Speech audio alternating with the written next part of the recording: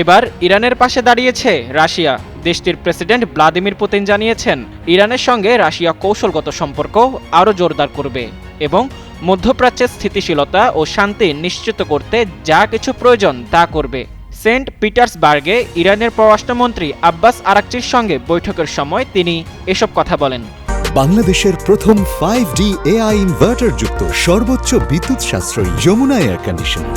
মঙ্গলবার সংবাদ মাধ্যম দ্য মিডল ইস্ট মনিটরে এ তথ্য প্রকাশ করা হয়। পুতিন বলেন, রাশিয়া তেহরানের সঙ্গে কৌশলগত সম্পর্ক অব্যাহত রাখবে এবং তা আরও বিকশিত করবে। রুশ প্রেসিডেন্ট বলেন, ইরানের জনগণ কোনো কিছু তোয়াক্কা না করে তাদের সার্বভৌমত্ব রক্ষায় সাহসিকতা ও বীরত্বের সঙ্গে লড়াই করছে এবং তিনি আশা প্রকাশ করেন যে তারা বর্তমান চ্যালেঞ্জও কাটিয়ে উঠবে এবং দেশে শান্তি ফিরে আসবে। পুতিন আব্বাস আরাকচিকে আশ্বাস দিয়ে বলেন, রাশিয়া ইরানের পুরো অঞ্চলের স্বার্থে কাজ করবে।